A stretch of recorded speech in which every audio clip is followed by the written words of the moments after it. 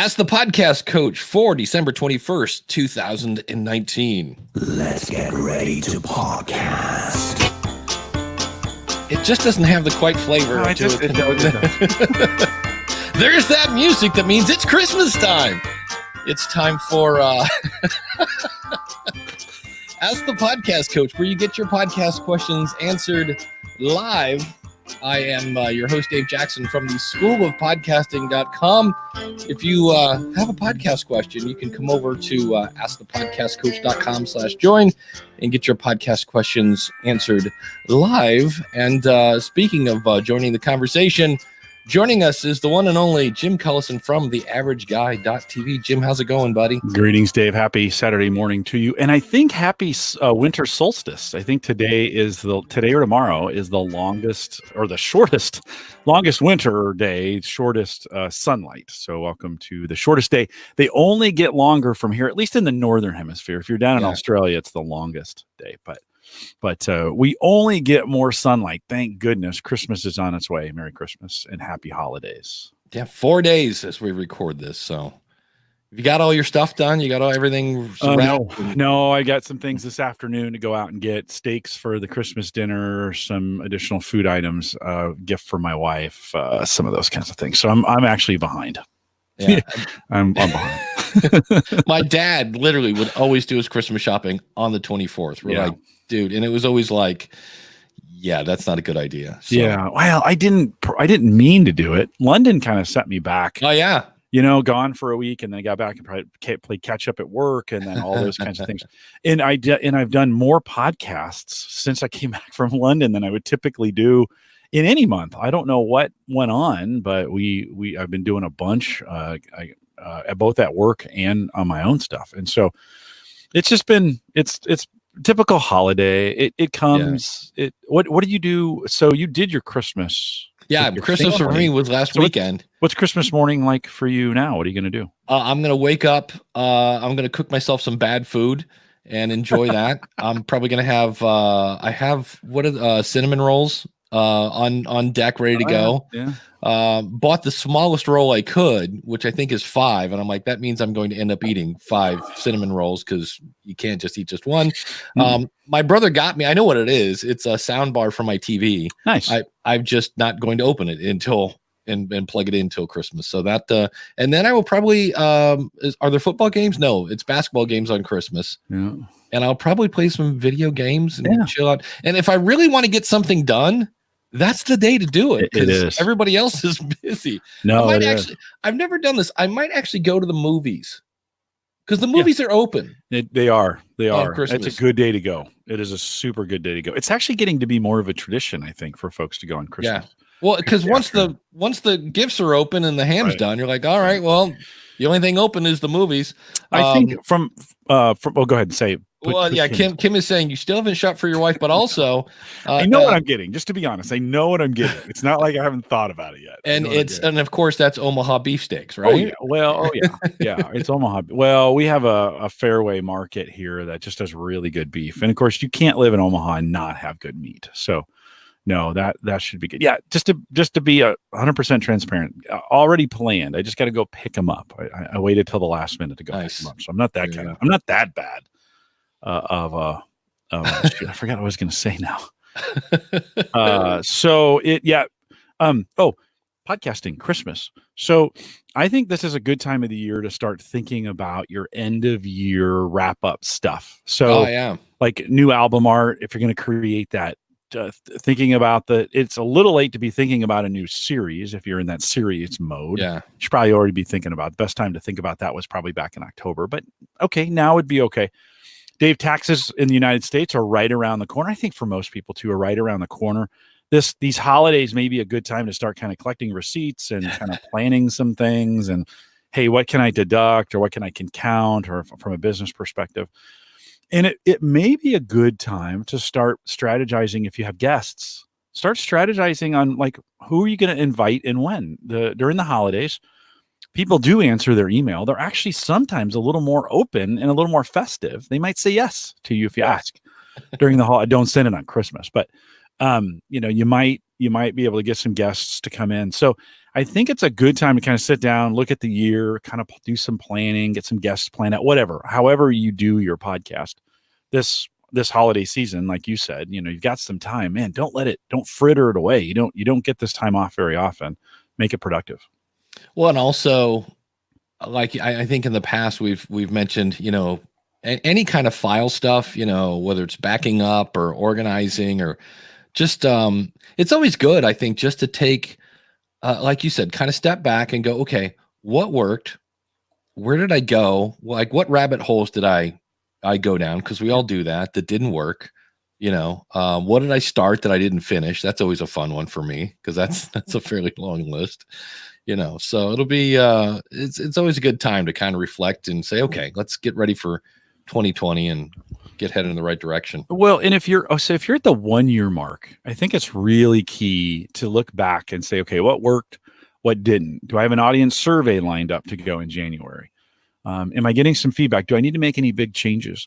If you're at year 5, 3, 4, 5, somewhere in there, it may be a good idea. Like, can I start tweaking my format? Could I add some new segments? Could I freshen it up a little bit? Is there something different that I haven't done yet? I wouldn't recommend you make a radical change to your show content or format, but you can make some minor ones in there, maybe, and maybe it is time for radical, right? That's your call. You get to do whatever you want. I forget whose show I was listening to. Might have been Jordan Harbinger. And at the end of his show, they do recommendations of the week. I don't know if I would do recommendations of the week, but it's literally like, it could be anything from what they're watching on Netflix to a tool. It's just like, hey, did you find anything cool this week? And I always find that interesting, because it's always something that I'm like, I might go check that out. And I was like, that might be cool, because I have a bunch of stuff that I use, and it could just be like Dave's recommendation of the week. I also think, I don't know why I don't do this, I should be giving shout outs to members of the School of Podcasting. Like if we just had somebody launch their first episode, and I'm like, that could be fun. I could make it, the sound of a butt getting slapped and a baby crying. And I'm like, it's a girl, and whatever it is, kind of thing. And it's just anything you can do that's like, just like you said, just kind of freshen it up, throw it on, because you can always throw it on the wall and see if it sticks, or throw it on the wall and people go, yeah, don't do that anymore. Well, and I think January is a good time to try some of those. Like I think people in their own lives, or they're making changes, they're trying to get fitter or less fatter, or some of those kinds of things. They're trying to work on new resolutions of being more organized or whatever. And I think you got a good opportunity in January to just try some new things, try some new segments, try something out. That 3 to 5 year area is kind of key. And we're getting more and more podcasters that are getting there now, because of we've been around longer, right? Podcasts have just been more popular longer now. And so I like to think I just celebrated 9 on Home Gadget Geeks. Wow. So I'm coming up on 10. This will be my, coming into my 10th year on it. And I'm always thinking, like, how could I do things different? Or do I need to? Or what's working? And what do I need to do more of? In a strength-based approach, you would say, what's working really well and how do I do more of it? I think the key in this, Dave, is to ask yourself, what am I using as metrics to know? So whether that's download numbers, or whether that's number of emails per week, or that's, fill in the blank, merch sold. I don't know. What do you think? What are some other, when you think about measurements that you can get beyond downloads? Comments on blogs, emails, reviews, I guess you could count those. Tweets back. I mean, some of those kinds of things. And, using a Hootsuite, or what's the other one? Hootsuite, or Buffer. Buffer. I use Buffer. I should have known that. I use Hootsuite at work and Buffer on my own.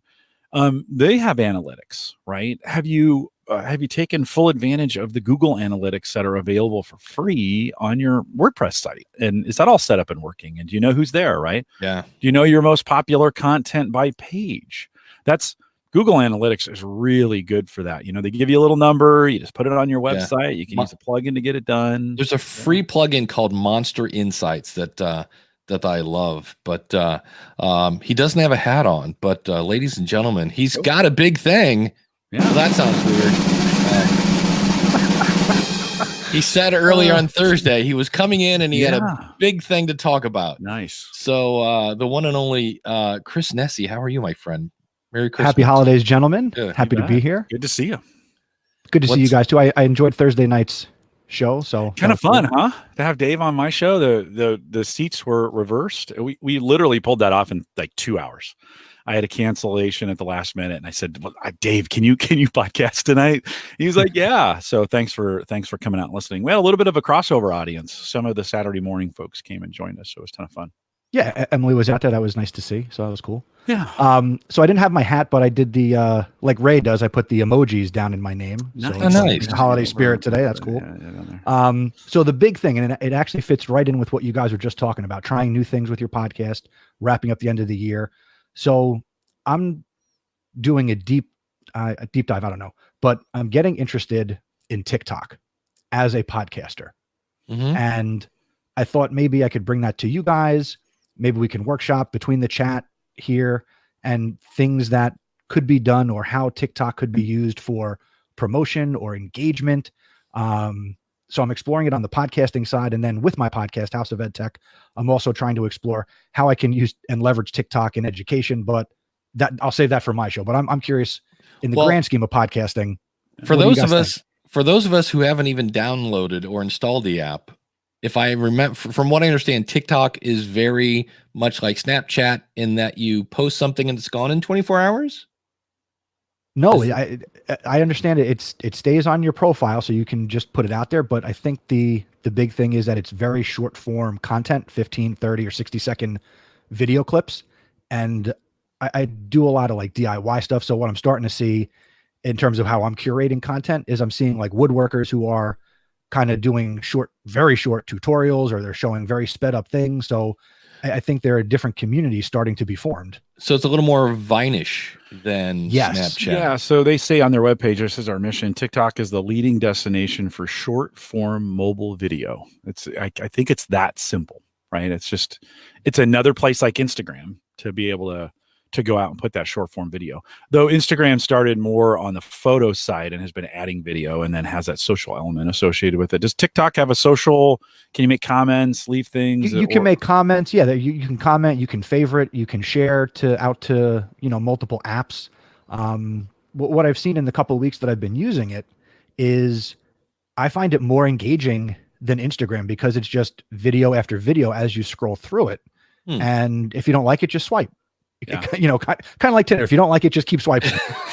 Have they added ads to these yet? Because this is the big problem on Instagram is that you just get spammed so hard now with ads. Is TikTok still ad free? I have a free account. So typically now, before I had an account, I didn't see any ads. Now that I have an account, I'm seeing like ads for like Spotify, and I'm seeing ads for apps, but they're not 30 seconds, 60 seconds, they're short things. So if you don't like it, just swipe. Yeah. Interesting. Well, and that kind of works on Instagram a little bit and on Snapchat, which is different, totally different. But, and I just find sometimes like Snapchat's gotten out of control. Like when you're in Snapchat, you can swipe, but when you're swiping and just swiping into ads all the time, you're like, geez, Louise. So it's gotten a little out of hand on Snapchat.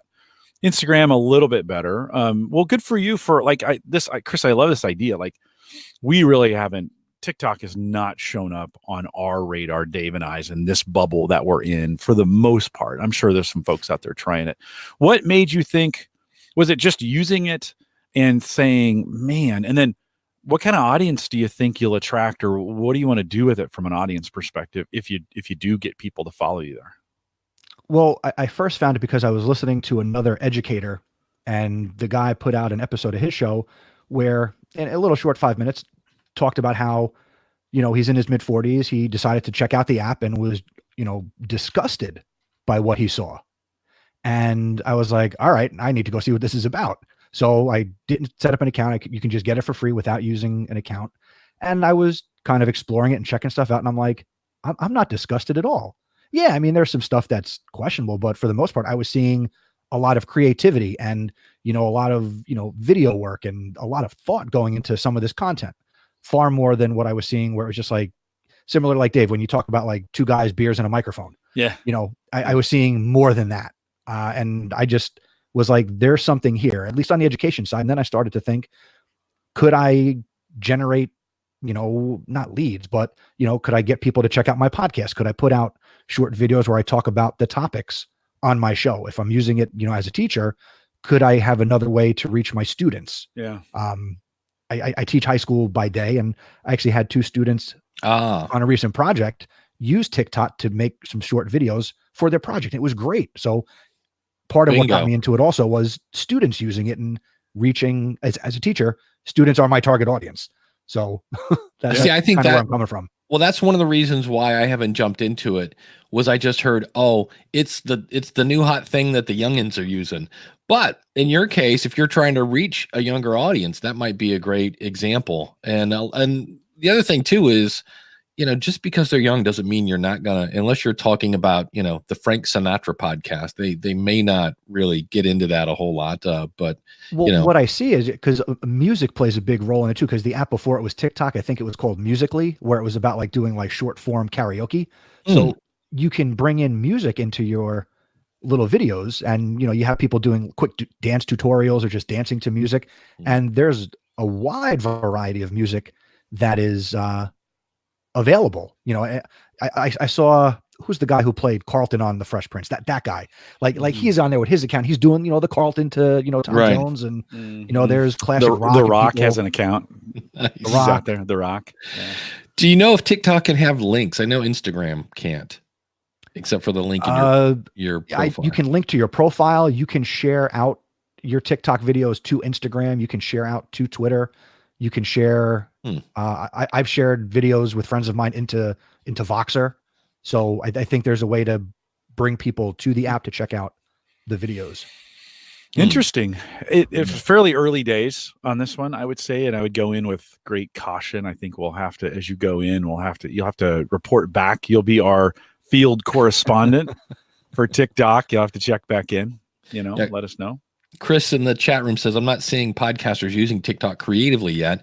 There is a disconnect, especially no links available. Yeah, that's kind of to me, I hate the no links thing. I get why, because when you have links, you're just saying, look, you can use this to promote other stuff. And a lot of people, then it just turns into, the only thing they want you clicking on are ads, basically. Banks was saying that he would avoid it like the plague. TikTok bought another app to get users, and it's owned essentially by the Chinese government. Well, there you go. And Chris is also saying all he's seeing are audiograms, kind of like Instagram and Twitter and the whole 9 yards. So we'll see. It'll be it definitely has a lot of mind share right now. Like, a lot of people are talking about it. The fact that you're thinking about it, Chris, I think is one of those that, hey, when Facebook first came out, that wasn't that long ago. And I remember people were like, I don't know. And maybe rightly so, but the early days of Facebook, it got questioned. The early days of Instagram was like, what's this for? I remember the early days of Twitter. People are like, what are we going to use this for? So, that was it. I remember the first days of Twitter. I was just like, wait, you do, and how many characters? Right on. What? And then people are like, I had French toast. And you're like, what? I'm like, because wasn't the original thing like, what are you up to, or something like that? Or I forget what there was. Yeah, what are you doing? Yeah, what are you doing? And people are like, I'm waiting in line at the grocery. Oh, they ran out of characters. It's like I didn't get it. That's part of what attracted me to this is at least from the education side. Facebook was taboo in education. Twitter was taboo, and social media has always been taboo. But now you got students using Facebook, teachers using this technology. And I think this is obviously the next big thing where people are migrating to and leveraging it together with other platforms. Chris, I love the creativity that you're thinking about in like, okay, how can I know it may not be a perfect fit right now, but how can I, how may I take advantage of it? It could go the way of Clamor, where it comes and goes, right? Or it could go the way of Twitter, where Twitter's had multiple kind of iterations of itself, where it's popular for a while and then not, and then popular again, and it's kind of popular in a niche. But I love the creativity. Can I think like, okay, it's there's people on it. How can we use it for good? And how can I bring it into my podcast? Right now, it looks like, I don't know, but watch it. Well, maybe there'll be some creative ways to do it. And I'll bounce it off you guys. One way I was thinking, because it's kind of like when you do the Instagram stories where you can like it basically stitches together different clips of video into one longer short video. So I was thinking I could do short clips of like some of my gear, because, you know, people who want to get into podcasting, what do I do? How do I do it? What are the apps I'm using on, you know, my computer? What's the microphone? How does it work? And you can add that text on the screen to make those recommendations, maybe plug your website at the end if you've got, you know, some affiliate link, you know, /shop or something. So I've got a couple of ideas, and I'll be happy to report back. Yeah. Let us know how it goes. Yeah. It's some people, it's interesting in the chat room. Some people are like, I think this is great. I think we should find a way. And then you have other people who are like, nope, I strongly suggest to run away. So it'll be fun to see, you know, what turns into it. I've heard the Chinese thing before. And there's all sorts of fun stuff on the internet. You could always find that. I mean, the whole 10-year thing, it didn't even dawn on me. I'm like, really, that's Jim. It might've been you that said this. Like, that's really just a way to test facial recognition. Yeah. When we do these pictures, like, you know, it's like, that's a really good point. It is. Yeah, it is. So, but Chris, yeah, you have any other big plans when you think about, Dave and I were talking about end of the year? Did you do any planning for 2020 on your podcast besides TikTok? Any changes? Have you had any thoughts of like change up format or feedback that you got that you might consider changing?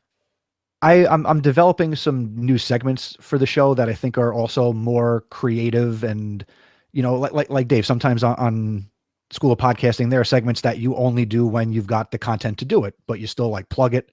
So I've got some ideas of new things that I want to encourage my audience to get involved in. When I've got the content, I can include that segment.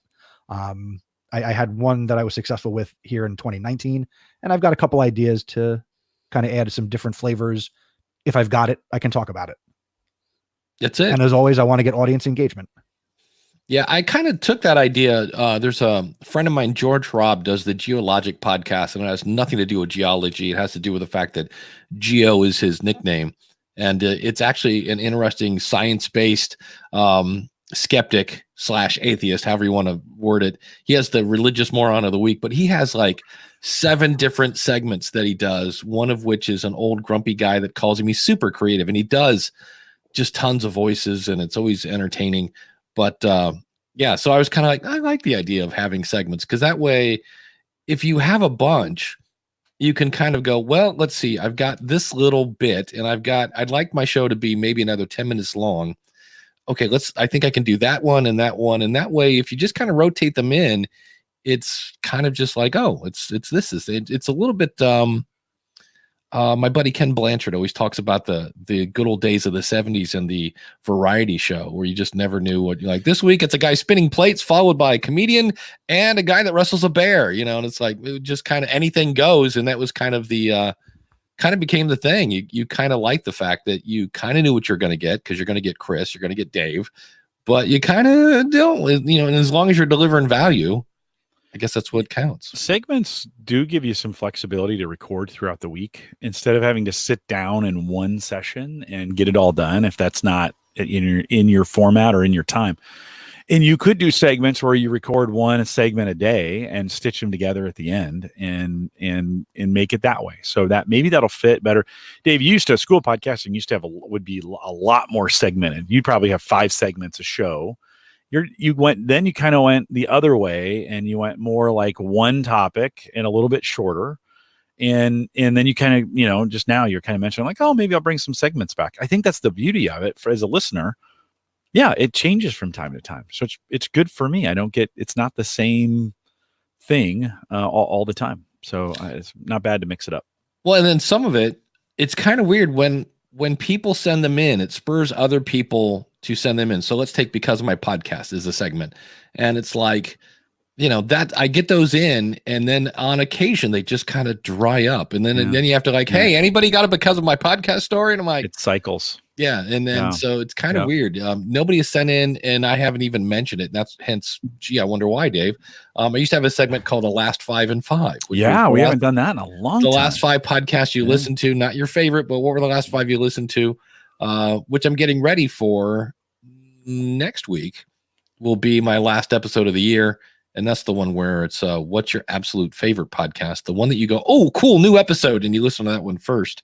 If you want to answer that, schoolofpodcasting.com/question We'll get you all the details and a place to upload your answer, or call in your answer, or speak pipe your answer. It's all over there. So, Chris, do you do segments today? Do you do one long form? What's your format? Typically, I have I'll do a little intro after my music, and then I have 3 main segments. So I'll recommend a piece of technology for teachers. I'll have my featured topic for the episode that would take up the majority. And then some rotating ones. I'll do like a VIP where I'll shout out somebody who's worth following on social media in the education space. Or I have people that will contribute stories about things they've tried in their classroom. And then I typically, wrap it up, calls to action. And so kind of segment, do you break it in segments, or is it just one long, do you have a audio, music or something that breaks them?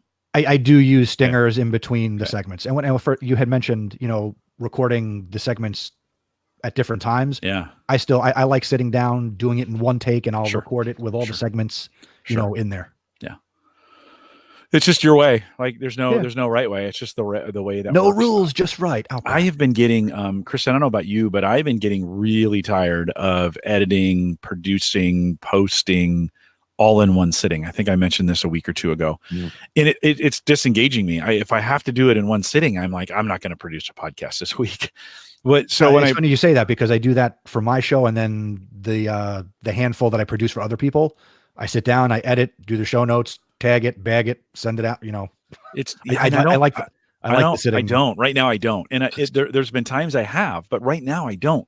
And so I'm finding the most success I have is when I do the video on Friday night, and then I'll write the show notes early Saturday morning, and then while I edit I edit the audio, and then I do this show, and then in the afternoon I put some things together. I might post it on Saturday night, where before I was posting it Saturday morning because I was doing it all in one sitting. It has made zero difference in listeners or even feedback, whether I did it in one sitting or I did it in multiple sittings. But for me, it's just more tolerable, right, to do it in multiple sittings as opposed to doing it in one. Will I cycle back? Maybe. Well, the only way that I do it in multiples is, hey, I look, it's 11:30. I got to get up at 5:00 to go to school. So then I'll break it up. Yeah.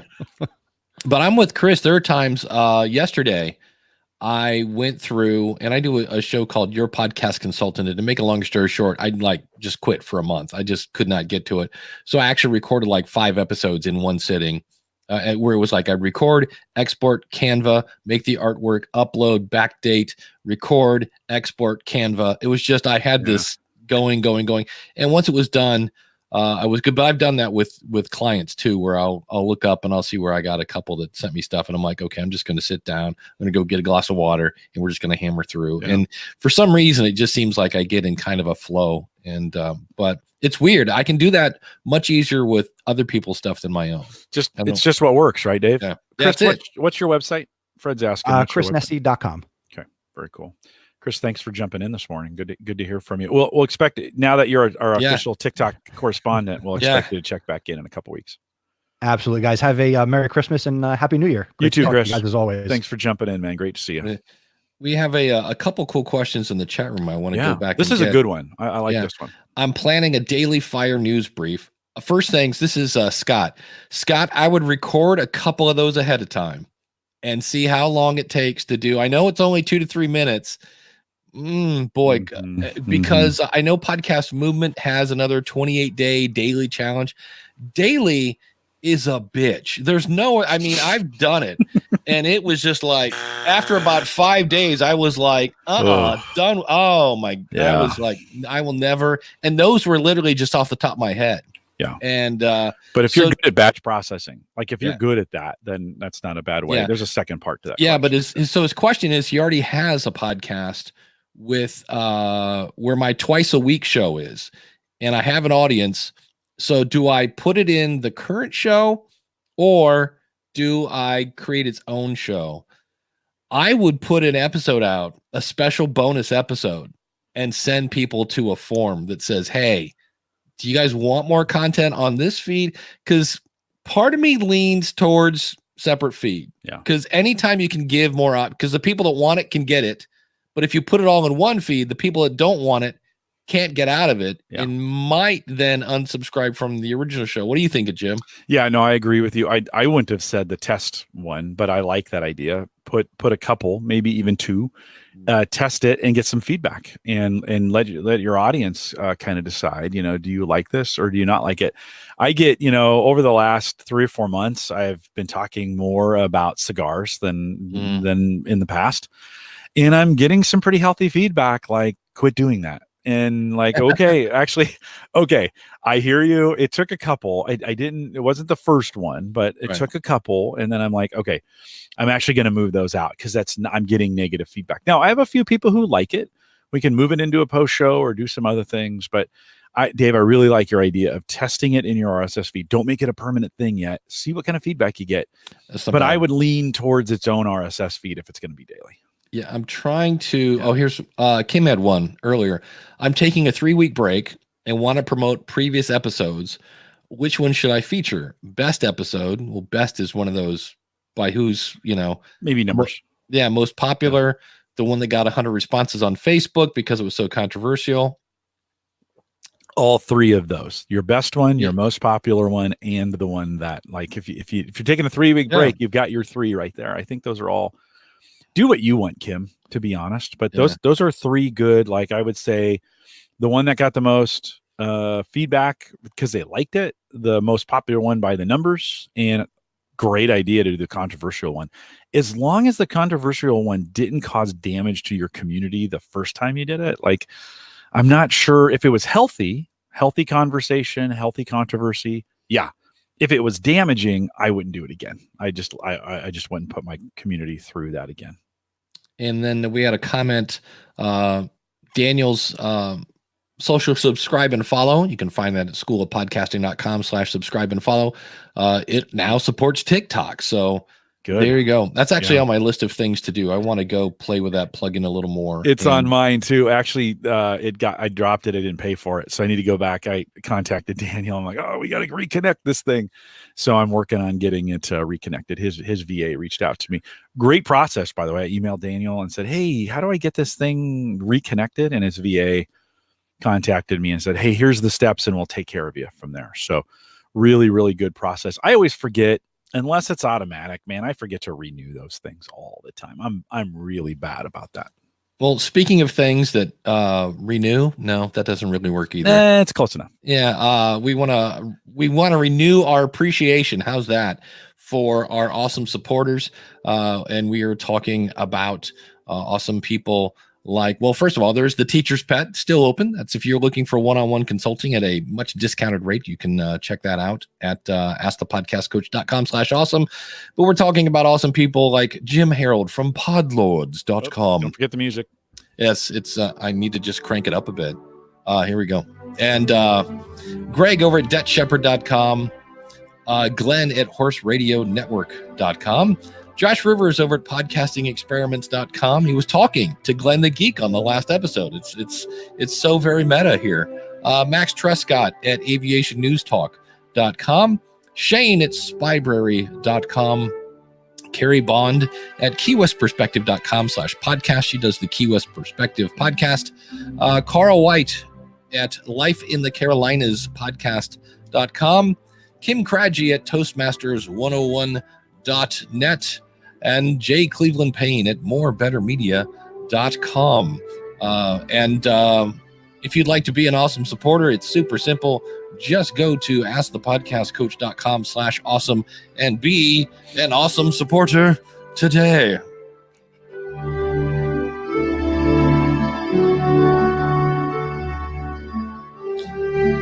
That almost makes me want to fall asleep. It's like, oh, it's relaxing. Light a candle quickly. There we go, and we're back in. Okay. But no, thanks to everyone who's an awesome supporter. Jim, I want to ask you something. Yeah, because I was on your show. Oh, wait a minute. We have Ron is in the chat room. Oh, awesome. We'll hold that thought. How are you, Ron? Hey, Ron. I'm doing fine. Merry Christmas to both of you. Merry Christmas to you. And I see that you guys took the idea from the Thursday night show. We did. Thanks for suggesting it. The hats are coming off because I'm about ready to just go. Dave, this morning he's like, "Hey, where's your hat?" I'm like, So I had to run upstairs and grab one. So good suggestion. Yeah. Well, hey, get in the festive spirit. Why not? I appreciate it. Where's your hat? You know what? I didn't get one. All right. I actually took the whole month of December off from my podcast because, my YouTube channel, because it's been a busy month. I can't. It's been crazy. Good for you. But anyways, the question I have for you guys is, how do you transfer like podcast listeners into video watchers? The reason I ask this is because my podcast is going for, Videocast is going to have a podcast section to it. Now I'm thinking of making it a video and a podcast option, similar to what you're doing here, Dave. And I'm just asking, like, have you guys have you noticed numbers go up, down when you're putting out a podcast episode versus, say, a straight regular update or anything like that that you should keep in mind? In terms of like, will YouTube grow my podcast listener and vice versa? Or like, have you noticed that people said, oh, I want rather listen to this than watch it, and notice your watch numbers go down? Oh, or vice versa, that you've noticed your numbers have gone up because people are curious to see who you look like and you see more watch hours. I know this is kind of like a question that's like a loaded question, because there are some people that just like video and there's some people that just like audio. I get that, but there's some of us out there that like, I'm a big believer in just doing both, just because of that reason. There are some folks who want to listen or watch, and there are others who just want to listen. And then there's a whole nother segment that want to watch it live. Like, I think we underestimate that, and that's a really small audience, but that's your most engaged audience. And that's why I've been live from the very beginning. I just think, and this is the magic here on Ask the Podcast Coach, that's always been live. So you have this segment that likes it live, segment on the video. By the way, I went to YouTube first, and my audience said, no, we want to be able to download the video. And I'm like, seriously? Like, I doubted them for a lot of years, Ron, and said no. And finally they badgered me into it, and I created a video RSS feed, both big and small. And then there's those who like it on just audio. And so I would do just if you can, just do them all. Do as many as you can to get it out there. I wouldn't try and pick and choose. Because I don't know. I mean, I'm always amazed. I get a couple subscribers on YouTube every day because I took a course, and there are a bunch of things that I wasn't doing that would boost that. And so every day I see where so-and-so has subscribed to your channel. I'm always like, well, great. But I don't know. I can't tie that into more downloads. In fact, I haven't really looked at my downloads at this podcast or the School of Podcasting, like really done a deep dive in a while. So I don't know that they would tie, because I'm with Jim. I think some people, I know there are some shows I watch on YouTube and they do have podcasts, and then some shows it's weird. I have some which, because they're kind of there all the time anyway. I like short shows on YouTube, and I actually watch a lot more YouTube than I used to, because I didn't realize you could get it on your Fire TV. That's very cool, and I'm using that all the time. So I'm just kind of with Jim. It's the same way when people are like, well, do you want them to listen on your website or in an app, or do you want them to listen on? And I don't care. Like, as long as you are consuming my content, I don't really care how or where you get it. Yeah. Whatever it takes to get them there. That's kind of I think you want to continue to drive them back to your own site if you can. I put the video and audio player available. All the links are there, right? That's ideal. But hey, beggars can't be choosers. If they land on it on YouTube, awesome. If they find it on Shout Engine, awesome. If they find it, wherever they find it on Twitter, great. So I think you just got to kind of work all those channels. The question is, and I would say, I don't think, like, we create our podcast, they're talking head podcasts like this one. I don't think this is the most popular format on YouTube, but then my daughter watches this YouTube channel where they play D&D like this. There's millions of people who watch that. Wow. Like, I think it's called Critical Role. Yeah, I've heard of them. Yeah. They do amazing things. They've raised millions of dollars for charity. They are crazy good. And I was watching her watch this just last night. I popped in her room and she was watching it. And it's her favorite show. She doesn't miss it ever. And I was like, that's what I do. Like, that's what we're doing here. Kind of. We're not playing D&D. So don't at Gallup, we call this self-selecting. Don't pull yourself out thinking nobody will watch it. I think just throw it everywhere. let the audience decide. And even if they're not, you never know what's going to happen. Get it out at as many places as you can. Yeah. I just don't want to overload my audience with shows that they might just go, yeah. You can't overload. I don't think you can. Yeah, I don't think you can. Yeah, it's really hard. So maybe you could, but I don't think most people can. Thanks. But well, no, it's the same thing. If it's a listener that listens to your audio and now they switch to video, you haven't really lost them. They just switch formats. Yeah. So, I just don't want to lose my core audience, which is watching me for my building ideas and 3D designs versus, he's now talking to someone who I don't care about.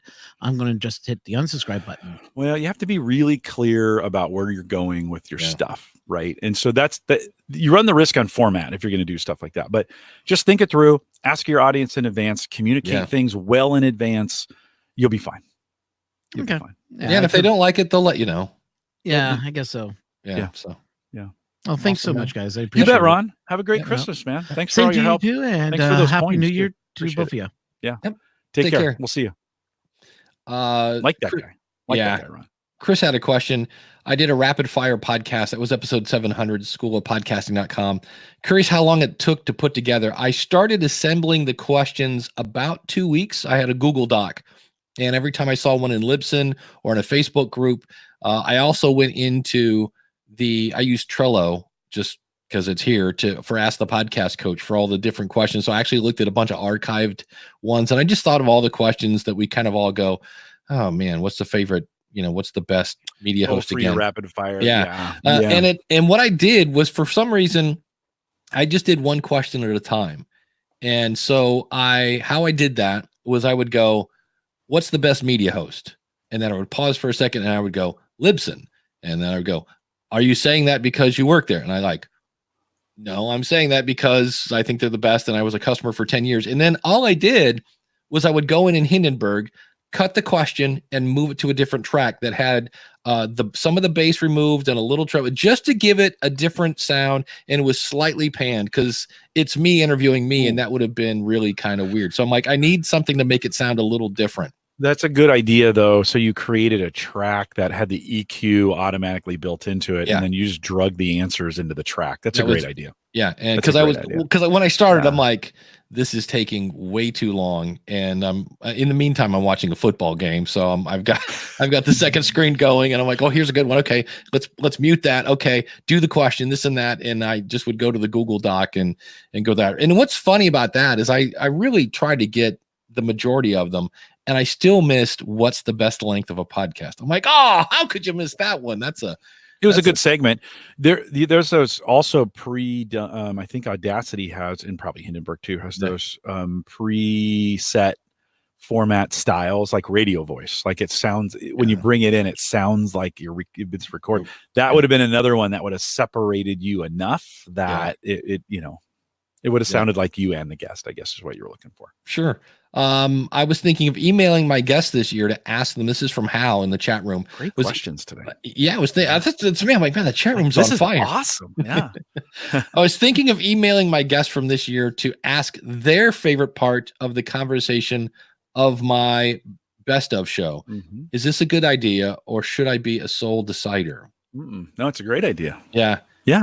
If nothing else, the only thing that kind of stinks about it, and there's nothing you can do about it, is you're asking at this time of the year. And everybody's just got, if it was after Christmas, you might have a better chance. But I would just make it easy. I would send them the link. Here is the link to the show if you want to listen to it. Feel free to promote your show. I wouldn't do it this weekend in what you're saying. Maybe next weekend is better. Yeah. But it's worth it. I would love to see if anybody comments. You know what I mean? It's like, but the nice thing about it is it's just a nice touchback. The idea in many cases when you do interviews is you want to develop relationships with your guests. So this is just another way to kind of keep the communication open and that whole 9 yards. So, but I like the idea. Best of shows. I've thought about doing them a couple of times, and by the time you go back and listen to the show and find your best of and pull that clip, I'm like, that's not really, because you think, oh, it's easy, it's already there, you just got to grab the best parts of it. And I was like, and the only one I can think of that would be easier would be, okay, I'm going to put out episode number, whatever, 623, and I'm going to record a new intro and explain why I like this and go. But if you're like any kind of clip show where I'm going to pull clips from this one and that one and this one, I'm like, that's a lot of work because you got to figure out where it is. It's a ton of work. Clip it and things like that. So it's a ton of work. You're gonna be a 6 to 12 hour edit for sure. Just finding all those things. I did a year in review. I didn't even cut the audio out. I just wrote it out.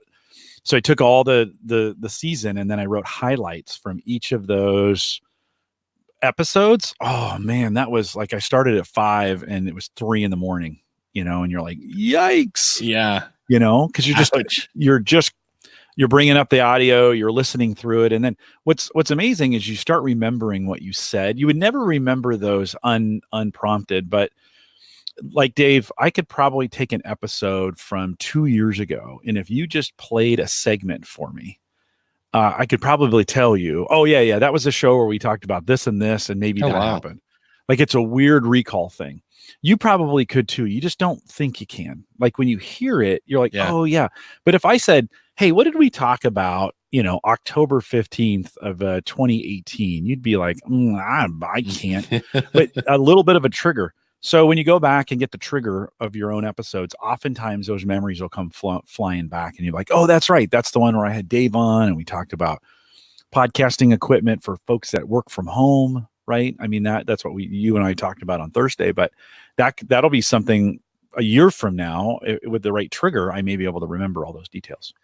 Yeah, I was actually on. That was last Thursday. Yeah, it was, 2 days ago. I was on. So if you want more Dave and Jim, but more Jim than Dave, check that out. And you were asking, I think it was earlier. I don't know if I can't remember if we were hitting record or not. The thing I thought you did really good about that is, even though you kind of had an idea where we were going to go, even though you didn't know really where we're going to go, like you knew we were going to talk about audio, like there was a theme. It was audio theme. So we talked a little bit about podcast gear and not some podcast gear for non-podcasters, which sounds weird, but we just kind of talked about, like, look, if you're working from home, get your audio fixed. Yeah. Don't have crappy audio. And we gave them some options, right? But we didn't obsess on those. Yeah. We talked a little bit about digital assistants, right? And are they changing the way we're consuming audio? Yeah. And I thought that went to a really interesting place, because here again, we had a cool chat room going and saying, like, when you start talking about locking your door with an automatic service, like, what happens if the power goes out? And you're like, that's a really good point. Yeah. So, no, and I thought it was very conversational. That was the really nice thing about it. I kind of knew we were going, and you were really good at, like, you would jump in and then you're like, hey, what do you think about this or that? And so, it's one of those things where I'm like, I can't really say that there would be anything to change. Yeah. Because the question I'd asked you earlier is like, hey, you were on my show. It's been a while since you've been on. Like, in fact, the last time you were on, I just met you for the first time. And it wasn't long after that we maybe a year later, we kind of started doing this together. But the question I had for you is, with a fresh set of eyes, would you make, from a format perspective, what did you think? Would you make any changes as a podcaster being on my show? Although, to be honest, it's a lot like this show. I mean, our personalities have melded in this thing, but I'm no different here than I am on my own show.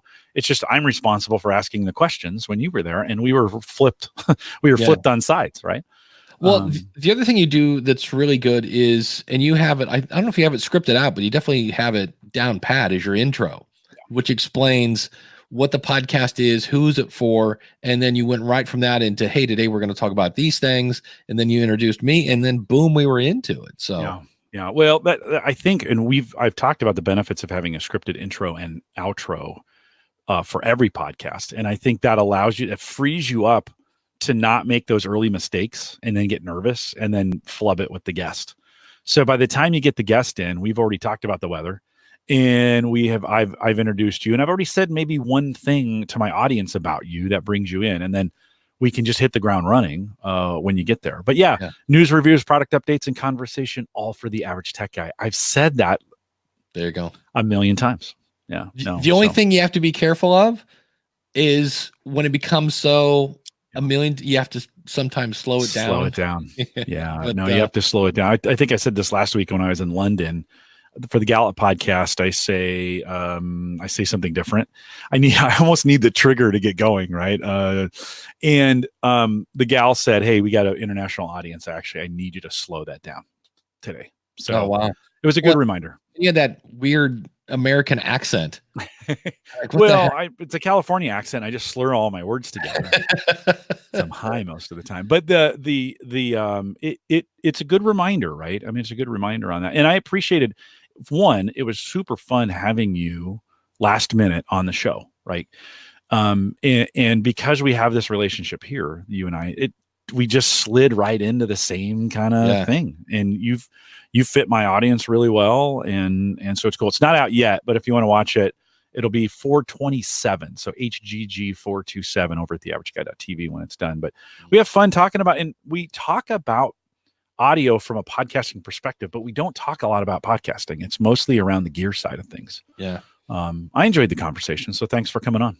Yeah. Ross has a great, I actually thought about doing this. Ross, going back to a clip show, the only way to do a best of show that isn't overwhelming with clips is to note and cut the clip right after you put it. Cause I thought about that. I'm like, I just put out episode 700. I'm like, I don't know what I'm going to do on 800. And I thought, you know what, if you wanted to, you could now start working on episode 800 and pull like just a quick 10-second, here's a sound bite that brings value. And that's my whole thing. I'm like, just because it's old doesn't mean it's like 800 clips could be just. I'm not a fan of those kinds of shows, just to be honest. I don't ever listen to them. Yeah. And I was just like, it's just going to end up being a bunch of stuff that Dave's already said. And if you were here the first time, you've already heard me say it. So I'm not going to worry about it at this point. Yeah, I wouldn't do a best of. Yeah. I just don't like them. Handy Dad in the chat room says, I will or want to start an informative podcast directed towards my industry in home repairs and improvements. Is it more important to stand out in my area or the podcast world? I'm not sure. No, in other words, be an expert podcaster, an expert in this. So in the DIY, in this space, YouTube is king. Like if you're going to do this kind of thing, I would do video first and make a really good video show. I don't know if it's as good as audio only. And then I would turn that into audio for the podcast. But man, YouTube right now, if you're doing home repairs, improvements kind of stuff, you don't have to, but I'll be emphatic. You have to be on YouTube putting this stuff there. That format is just the best, in my opinion, is the best for this kind of stuff. And then if you want to make an audio out of the video, that's fine if people want it that way. But man, this stuff is more visual than it is. I watch tons of these on YouTube. Yeah, I wouldn't listen to a podcast. It's not going to work where you start talking about a level and you're like, yeah, you'll see this new level. It's cool. It works this way and that way. And look, you can see right there, the bubbles right in the middle. That's not going to work on audio. Yeah. Or any like a cooking show is hard to do via audio. Yeah. I mean, you can explain, but it's so much better if you can see it. So here's what I would do if it was me. I'd make the video show of the how to do things and all those kinds of things. And then if you want to do a podcast, do a show like this one, where you have experts come on and talk about completely different, but talk about their experiences. Those are two totally different audiences. If you go on YouTube and you have a talking show and people are expecting to get instructions, they will slay you in the comments. You will just absolutely get brutalized, right? Get to the point. I watch this guy on YouTube that does this all the time. He talks way too much. And you're like, no, get in his audience is like, get to the freaking point. But there is an audience that wants to hear the community around this. And so if you're interviewing famous kitchen artists or people who do cabinetry and you're talking about it that way first, I think you can have two shows there. You can have the DIY one on YouTube, and then you can have a Ask Me Anything show that's like this. That makes a great podcast. Yeah, there are on YouTube, there are kind of different styles of videos. There is the I'm just going to bring value, did you know, kind of tip kind of thing. Then you have kind of what I would call a community type video where you're like, hey, today we're going to talk about the Shure SM58 versus the EV, whatever this is, RE50. And then you go, which one did you think was better? Or you're doing some sort of poll. So it's really just taking the community's temperature, that kind of thing. And then you have videos that are basically a big giant call to action. And so those are basically the three types. But yeah, I would think with, because those are kind of educational, and also get hooked up with somebody for, if you're going to be talking, saws and gears and hammers and all sorts of stuff, make sure you have an affiliate link set up. So that'll work as well. Yeah. Jim, we haven't done this yet. You still have control of the board. 2 mics recording into GarageBand, swing and a miss, oopsie, bad interview, next level, or radio interest. Ooh, I went swing and a miss for 600, Alex. Thank you. This is from Facebook. Sylvana? We'll go Sylvana. December 16th, she said, "Hey, podcasters, is anyone interested in a guest for your great podcast?" That's all she said. To which I go, that's not, because I even put a comment. I said, "Hey, if you let us know," at first I said, "You might want to let us know what you're an expert at talking about, and B, this is not the place to promote yourself." So hence swing and a miss. I was like, this is not the way to get, if you want to be on somebody's show. Yeah, we preach this, right? We always say, hey, the way to grow your audience is to get on other people's shows. And not everybody knows how to do that. You're right. And she's trying. You can't, Yeah. I assume she, they're trying, and you can't fault them for trying, but right. I think there are more effective ways. The podcast list groups, I think there's 2 really good ones that are out there right now where you can get a weekly email of folks who are looking for guests. That's a great way to do it. I think that's the best way to do it. I think it's really hard, especially today, to break into a community and get enough mojo for people just to ask. I think you're gonna have to be a little more proactive than that. I have a guest coming on in 3 or 4 weeks on Home Gadget Geeks that I got off one of those lists, and he's a sports guy that uses analytics and technology. And I thought, this would be a great match for Home Gadget Geeks. So that's the very first one I've gotten. And I look at that email every week. So it's not like that for me. That thing is a treasure trove, but you can do it that way too. That's me. Is that the one from podcastguest.com? Yeah. Yeah. Cause to me, I always look at it. There's only, I would say maybe 10 people listed in there. So it's just like, nope. Yep. Oh, maybe. And then nope. But because it's a wide variety of different people. I found a guest there, and then I started looking like, hey, how could I be a guest, especially around Clifton Strengths and the stuff I do at work? I should probably try to be a guest more out there on some of those things. So I kind of look at it for that. How do you plan your podcast? Like, do you have any elaborate system to track future episode ideas or anything like that? Just a Google sheet or whatever their Excel equivalent to that is. Sheets. Is it Sheets? Yeah. So I just have a Google sheet that I share with my co-host, and I have literally episode number, date, guest name. That's all I have, and maybe an email address if it's somebody I don't know. And I schedule about 8 or 9 weeks out if I'm doing okay. If I can't find a guest, I just call Dave Jackson. But no, Uyghur's on with me most weeks, and so he and I can do it together without a guest, which is great. We run it kind of like we run this.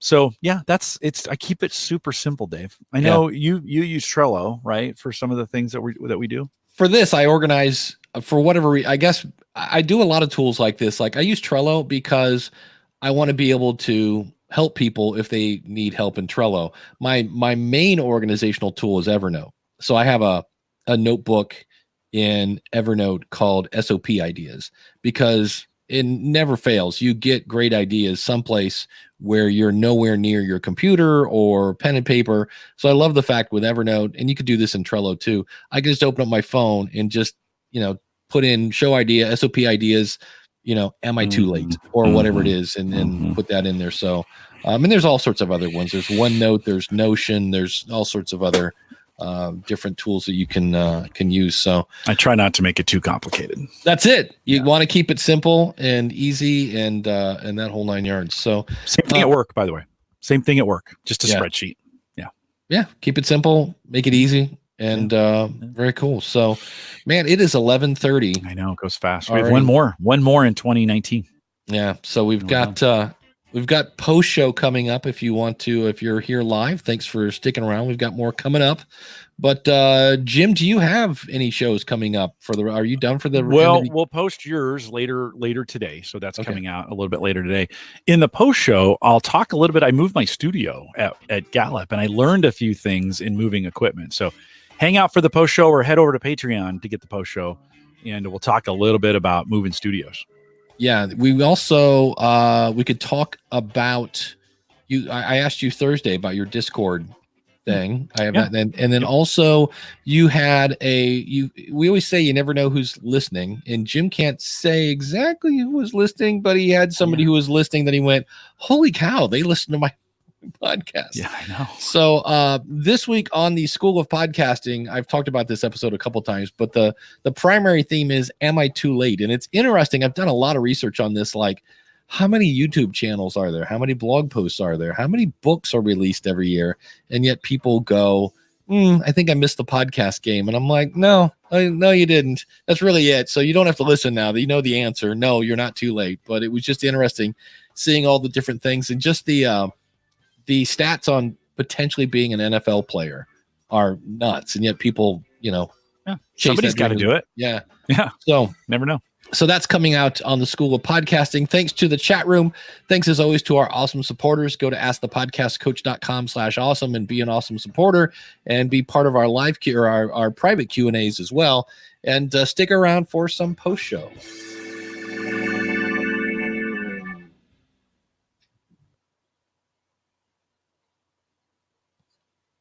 That stupid Christmas music is now stuck in my head. I'm like, make it stop, mommy. Make it stop. So great. Hey, I made the hat. Oh, we made the hats all show. All show. Yeah. I'm really surprised. When I first put it on, my head got really hot, and it's not pretty comfortable. Yeah. No. So I'm looking in the chat room. Do we have any? While you're looking, let me tell this quick story on moving studios, because I think it's kind of interesting. So we are so Gallup has committed to building 2 brand new podcast studios for me in 2020, which is great. Like, not just for me, but for the organization, all the things we do. But since I run most of the podcasting, it's pretty exciting for me to be able to do that. And so we're actually gutting a floor, and we're going to get a new help desk and some new other areas in there. But my current studio is in the demo zone right now. And they let me know a couple months ago, like, hey, you're going to move again. And we don't really have room for you anywhere else. And so you need to move into your office. And I thought I had this week to move. And Friday, I was doing my very last podcast for Called the Coach of the year. And as I'm in the office, I hear, and things being torn off walls and things moving around. Nice. And I'm like, holy crap. Like, do I have time? I email the facilities guy, like, hey, are they going to knock this wall down? I got a podcast in like 2 hours. Can you back them off a little bit? And he's like, no, don't worry. You'll be fine. You'll be fine. But it did kind of speed up the process for me moving, and they quieted down during the podcast, and it was fine. That part worked out. But I started thinking during those 2 hours, I'm like, I'm moving. This is a perfect time to kind of rethink my whole hardware setup. Since I'm moving into my office, I don't have as much room as I used to have. I kind of need to slim some things down. Maybe I could do things different. And I thought for about an hour, and I currently have a 3 PC setup. And I've talked about this before. I have a main PC that drives the podcast. I have one that plays a YouTube video and then plays that audio into a third PC for Spreaker that we put things out live. It's way more complicated than it needs to be, but that's the way I did things. And when things work, you don't change them, right? You let them go. Well, now it's perfect time for a change. So I tested some things out, and I actually got the YouTube and the Spreaker box down to 1. And then the hardware has gotten so good today versus what I was doing 5 years ago when I set the studio up and I had this big Core i7 box that was in there. My laptop actually works for this. And so it was wow. I think I can get down to 1 box, a laptop, an extra box, 1 extra monitor instead of 4. And I was like, while 4 looked cool, I had a quad setup, and I had this big, massive screen in there. They were really kind to me. I think I can slim this down. And when the new studio goes in, they're going to completely redo it. We'll probably go on Heil PR40. So I should have told you that was coming up. There we go. And we'll probably do some new equipment. I got some video switching equipment, some of those kinds of things coming. But Dave, I think like we talked about in the show, the end of the year is a good time to kind of think about those things that you could change in your show. I also think it's a good time to review like, hey, what's the tech I'm using? And has there been any significant changes in it in the last couple years that would allow me to go with less or to go with better? I bought one of those Behringer. I talked about it before. One of those Behringer audio interfaces, $50. It's just as good as that $300 Mackie mixer that I have. The Mackie mixer is this big. The Behringer is this big, and it's stuck in customs at the moment. When I shipped it to London, it's FedEx coming back. I still don't have that box from London back yet. But when it comes back, that's going to replace the mixer on because the mixer takes up a ton of room on my desk, and I'm going to slim that down. So I moved it in an afternoon, got it all set up, got it tested, got it going. And with StreamYard making things easier, with YouTube being easier, with hardware being better and faster, I'm down to a laptop and an extra PC for the studio, and I'm in good shape. That brings up a question I hear a lot, or I see a lot. Like they'll say, "Hey, it's a new year. What piece of equipment should I buy to take my podcast to the next level?" And there's a part of me that wants to go, if your audio sounds okay, like I'm not sure hardware really takes your podcast to the next level.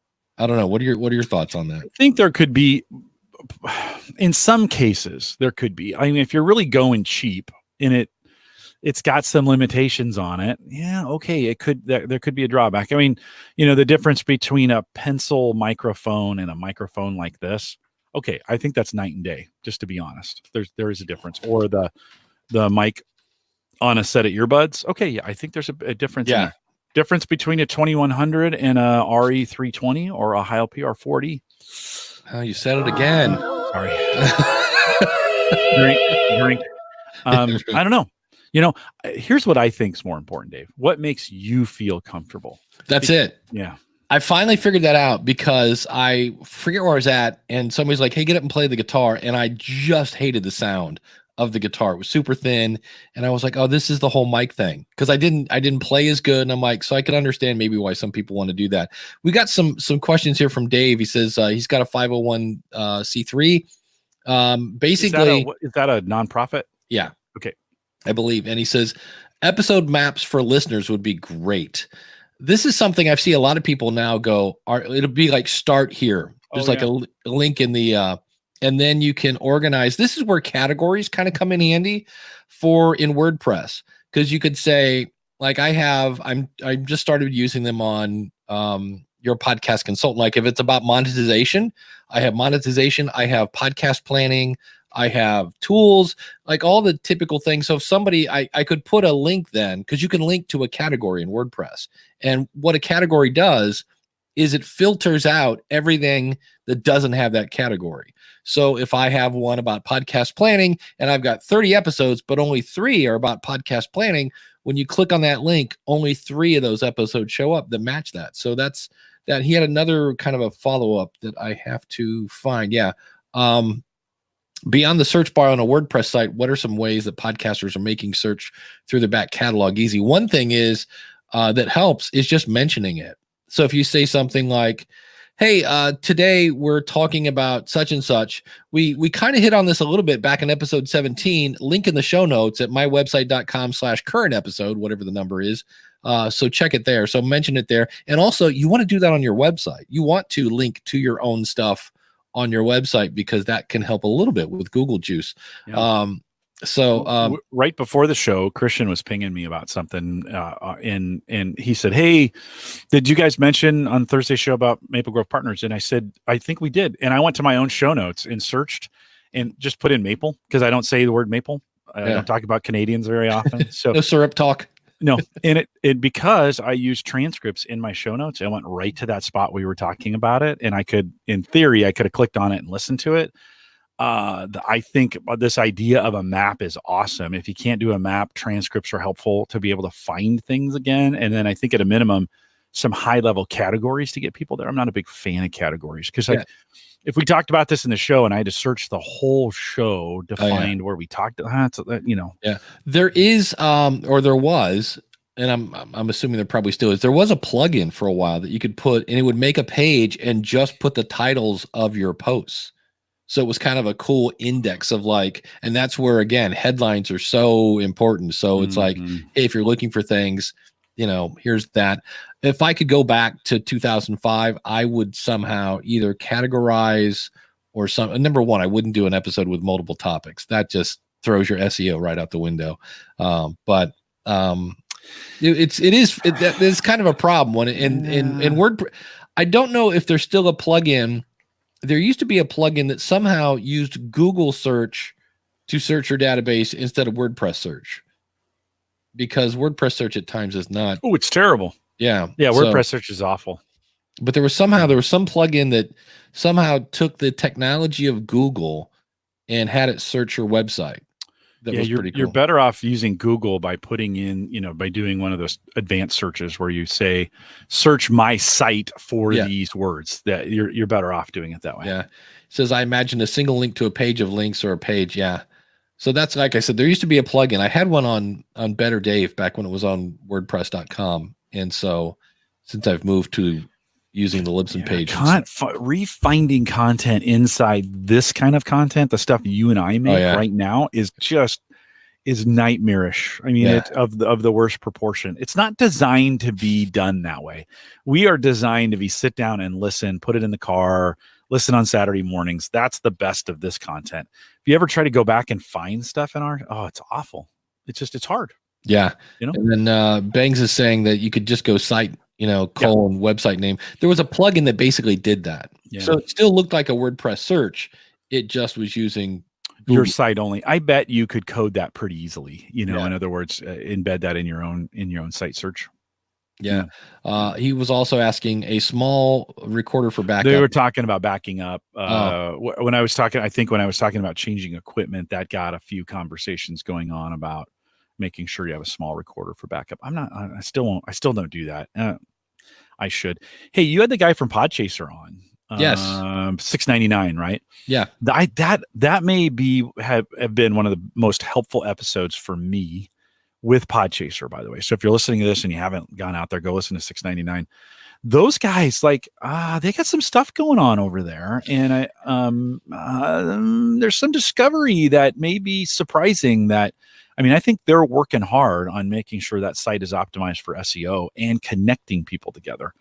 I think they may have something going on there. And they're reaching out. I think Omni Studio now has it to where they're reaching out to media hosts to saying, hey, can you add this? And so that when people add these fields, it automatically populates it in Podchaser. So they've got some, it's interesting stuff. I learned on your podcast about the list functionality. I hadn't seen that before, and it's not exactly what I want, but it's pretty close. Yeah. And I'm going to be kind of watching, I too at Gallup. So I have this podcast called Called to Coach, and we have guests from companies, and discovering things in there is equally as hard. And so I've been thinking, if I had a single page that just said show number, season and episode, the company they're from, the guest, and the link, we optimized our titles for SEO and they made them worthless. They don't really say, they have keywords in them. They don't really tell you what it is. So but people are asking me all the time, tell me about companies that are using Clifton Strengths. Well, that list would be perfect. I haven't found a great place that's doing that yet, but man, Podchaser is pretty darn close. Talk to those guys. Yeah. The lists that they have, they bring the episodes in, and the episode info, the meta they're bringing in, it's just too big. I want them to, I wish they'd let me toggle between full amount of notes and just really, really, really minimal in there. So I may send them a note and just say, hey, would you guys consider a toggle on that information? But Podchaser is legit. It's pretty great. Yeah, they seem pretty open to it. Yeah. And the guy's actually pretty funny. There were parts of it that I cut out because it was the beginning of it, because we'd already been talking, and then I started the interview.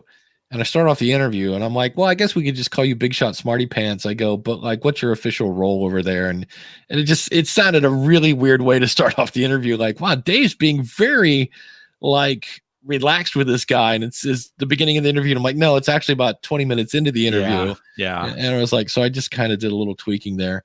It's a good interview. I think very good interview. Yeah. And then Chris says he likes the personalized feed for Podchaser.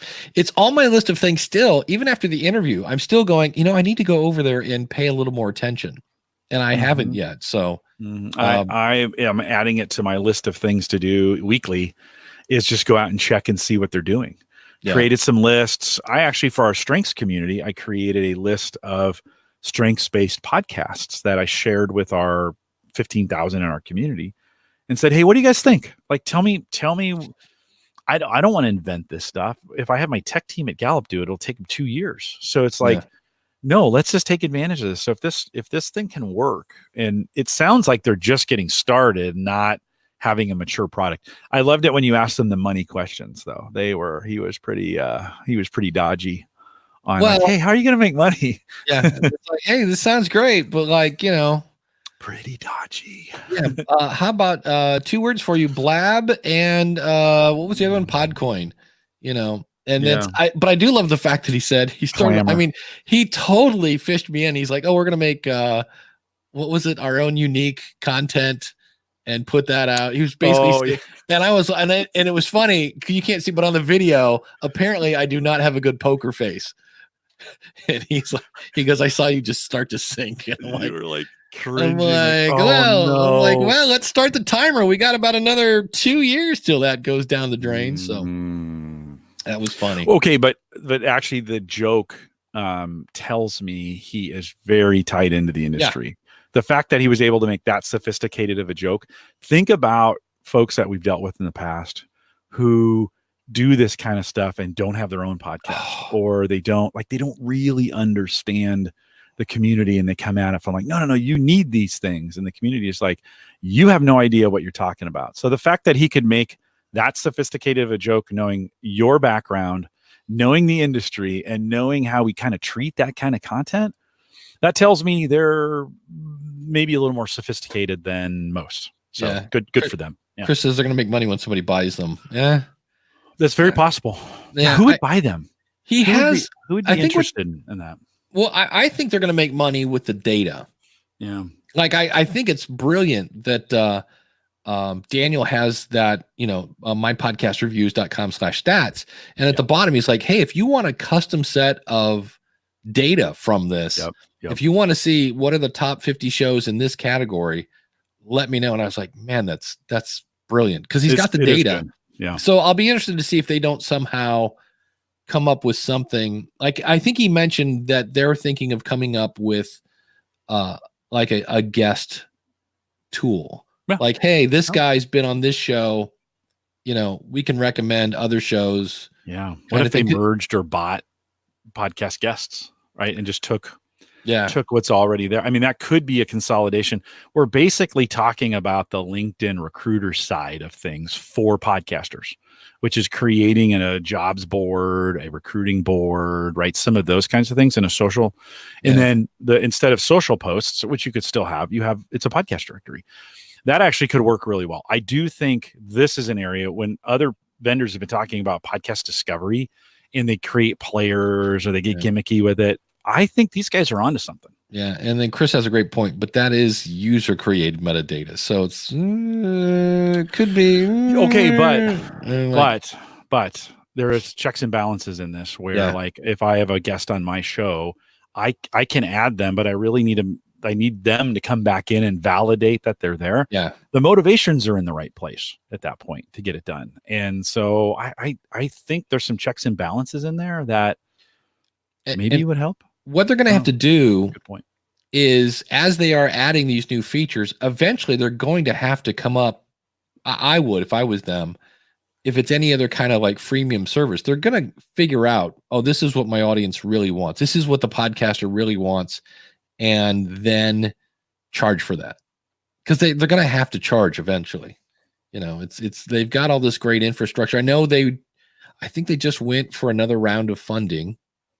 I remember he was on. He did say that, right? Yeah, he was, and he was also on Podcraft with Colin Gray, which is one of those things too. Because I actually originally was going to put that episode out like 3 weeks ago, And then episode 700 came, and then Clay came with being on the radio. And I was like, well, it's not really time sensitive. And then I put it out the exact same week that he was on Colin Gray's show. And that's one of those where you can kind of go, maybe what do I do with this now? And I'm like, don't assume that people that listen to my show listen to Colin Gray. Correct.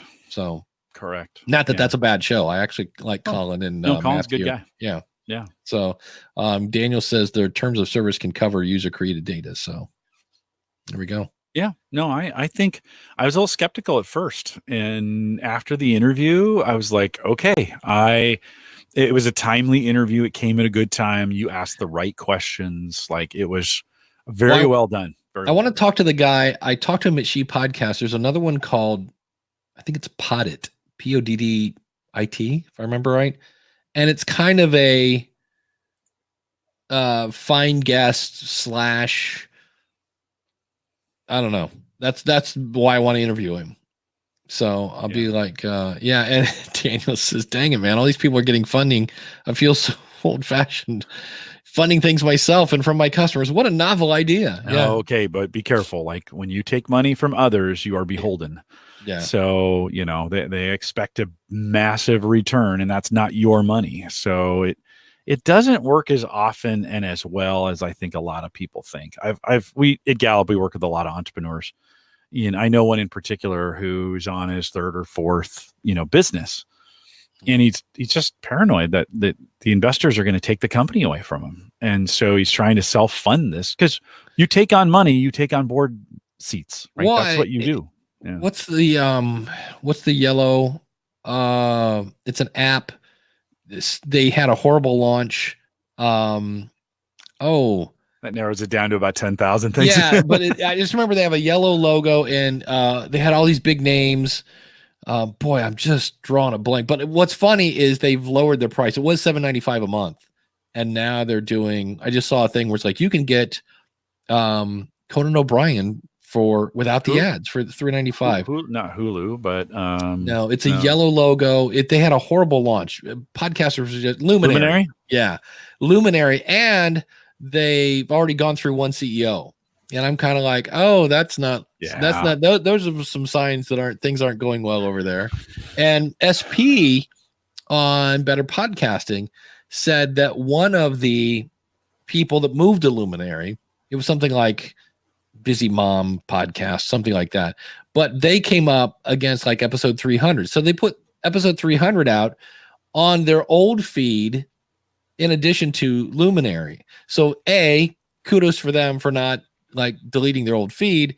But SP said, and he's kind of, it was just his opinion. He goes, it really sounded like they were going, hey, come to Luminary, please come to Luminary. And he's like, oh, that could be it. So I thought it was interesting because I don't know about you, but on Facebook, I see the Luminary ad a lot. And I'm like, wow. And I don't know if that's just, because I'm their target audience. I'm a podcast person, but it just like, wow. Every time, and it seems like I think it was $4.95 and now it's $3.95. I'm like, wow, it seems to be a race to the bottom. They may be finding it harder to get subscribers than they thought, Yeah. Well, and Chris says, yes, the dreaded phrase, the Netflix of podcasting is the kiss of death. Yeah. It's, that thankfully or the Uber when people say the Uber of, and you're like, oh, that's you're gonna die for sure. If you're the Uber of anything. It'll be interesting to see if that phrase goes away because it has been played to death. Oh my God, yeah. Netflix and my whole thing is I'll be interested to see what happens to Netflix in 2020 now with Disney and that whole 9 yards. I'm like, I've been finding really bizarre things to watch on Netflix. If you like, Bangs would love this. There's a show called Don't F with Cats. And it's the story of a guy who basically turns into a serial killer. But because he made a video of him killing a cat, the cat community came out and used basically Facebook and all these other tools to stalk that dude and find him. Destroy you. And it's I don't know how that came up on my radar, but there's an example of a good title will catch your attention because I'm like, don't F with cats. And I'm like, what? And I'm reading, I'm like, well, this is where, but what's really interesting is at the end, the reason this guy did this is as are many people that are like, massive shooting people, killers, they want the exposure. And so they kind of say, yeah, we kind of just, you just watched a 3-part series on this guy. Are you part of the problem? And I was like, ooh, that's a nice little twist at the end. Yeah. So, yeah.